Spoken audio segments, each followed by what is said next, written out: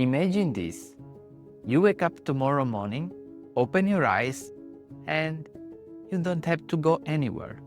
No job waiting for you, no deadlines, no boss, no clients, no meetings, no urgent emails. Coffee is free, food is free, your home is guaranteed, your safety is guaranteed. Machines take care of everything. Technology is no longer a tool. It has become the invisible engine that supports our entire civilization. And so you stop and ask yourself, what do I do with my life now? It sounds like a dream, right? Yet many researchers and thinkers argue that this could be the natural direction of our civilization. But behind this promise of total freedom lies a far more unsettling question. Are we truly ready for a world where we no longer need to fight for survival?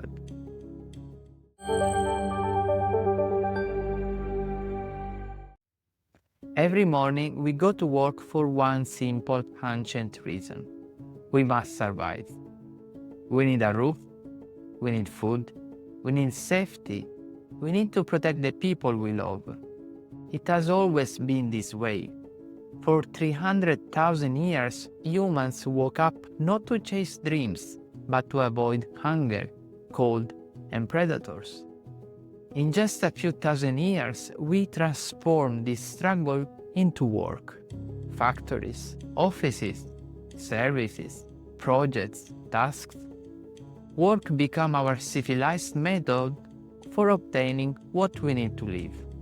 But now everything is changing. In recent centuries, we have invented increasingly intelligent tools, from steam engines to industrial robots, all the way to artificial intelligence. The goal? Do more, do better, do faster, while doing less. And it worked. Life expectancy increased. Hunger dropped dramatically. Diseases that once killed millions can now be cured with a pill. Education is more accessible. Many goods and services are free or nearly free. We are a species programmed to survive in a world of scarcity, now suddenly living in a world where abundance seems more possible every day. A future very different from our past is emerging, and it will change both our lives and the very concept of life itself. And as abundance grows, work, as we know, it becomes less and less necessary. This is not science fiction. Automation is eliminating jobs at an impressive rate. Robots assemble cars. Software processes contracts better than lawyers. Artificial intelligences write, translate, analyze data, draw, and code. Some predicts that 40% of jobs will disappear within a few decades. Not all, of course, but many. New roles will emerge, as they always have in history, but they will be profoundly different from what we call work today. We can imagine 50 or 100 years from now a world where food is produced entirely by automated systems. Homes are built by robotic printers. Transportation is autonomous. Energy is nearly free. Essential services are managed by intelligent systems. And every person has free access to what we now consider basic necessities. It doesn't matter how we achieve it. Universal income, universal services, new form of capitalism or socialism. This is not about politics or economics. This is about something much deeper. What happens to human beings when they no longer need to fight for survival? Imagine your day in that world. You wake up whenever you want, you have breakfast, and then nobody forces you to go out. Nobody asks anything from you. You have everything you need. Machines produce, organize, deliver. You have an entire day to fill. You can work if you want, or you can spend hours on the sofa. You can pursue hobbies, explore, create, or do nothing at all. Maybe the first day feels amazing, the first month relaxing, the first year a dream. But a whole life? Are we sure it doesn't turn into a trap? Aldous Huxley warned us in Brave New World, in a world where everything is available, nothing has meaning. It's a frightening idea because it touches something deeply true. Maybe our motivation is more from what we lack.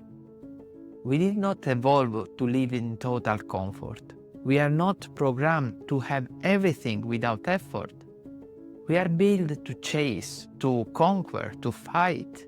Risk, difficulty, necessity, these were our evolutionary engines. Take that engine away and what remains? Slowness, laziness, a deep sense of emptiness. Psychologists call this the abundance syndrome, when the lack of external challenges leads to a collapse of motivation, energy, and direction. Bertrand Russell put it perfectly. The problem of humanity is that our desires are stronger than our needs. If our needs are automatically met, what happens to our desires? Some might say, fine, then give people incentives, money, rewards, points, something to make them act. But there is a huge problem. Extrinsic motivation doesn't last. Psychology studies show that the rewards work only short term. They lose power over time, and they must constantly increase to have the same effect. It's like a drug. The same dose never works twice. If the future relies only on external rewards, it will collapse. So the other option is intrinsic motivation, the desire that comes from within. It's what drives scientists to spend decades on a theory, artists to create without an audience, explorers to seek answers with no promise to finding them. It's powerful, sustainable, authentic. But there is a problem. In a world where everything is easy, intrinsic motivation doesn't automatically appear. The more we relax, the more we want to relax. The more still we stay, the more passive we become. The mind switches into energy-saving mode. Without external challenges, intrinsic motivation can slowly fade. In a world where everyone can live without working or doing anything, the risk isn't chaos. The risk is stagnation, emptiness, inner silence, loss of purpose. Studies show that forced inactivity leads to boredom, depression, loss of self-esteem, existential anxiety, a sense of uselessness. Humans cannot endure a void of meaning. We prefer effort to lack of direction. If survival is no longer the center of life, the new center must be self-actualization. The future could be a world where each of us has a guide, a personal coach, a human mentor, an AI assistant dedicated to personal growth, a social network that helps you understand who you really are, not to tell you what to do, but to help you discover what you truly want to do. New jobs may emerge from these: facilitators, mentors, life path architects, explorers of human potential. If the world gives you infinite time, the challenge becomes understanding how to use it, and that is a deeply human task.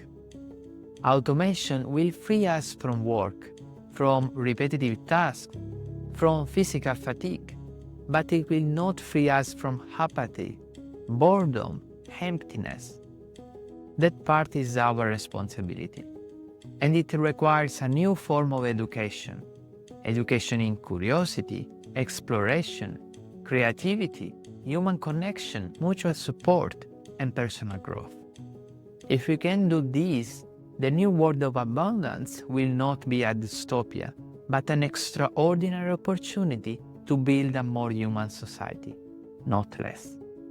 As Viktor Frankl said, it's not freedom from responsibility that makes us happy, but freedom to find meaning. We are entering an era where work will no longer define who we are, where survival will no longer be our daily objective, where we must reinvent ourselves not as cogs in a system, but as a complete human beings. The future will no longer ask us to work to live. It will ask us to live, truly, to cultivate curiosity, to explore the world and ourselves, to build deeper relationships, to help others, to turn free time into meaningful time. It will be a huge challenge, but also an extraordinary opportunity. If this journey into the future made you think, then you are already part of the change. Subscribe to the channel and join a community that doesn't settle for easy answers, but explores the big questions of our time. Because the future isn't waiting for us. We are the ones building it, one idea at a time.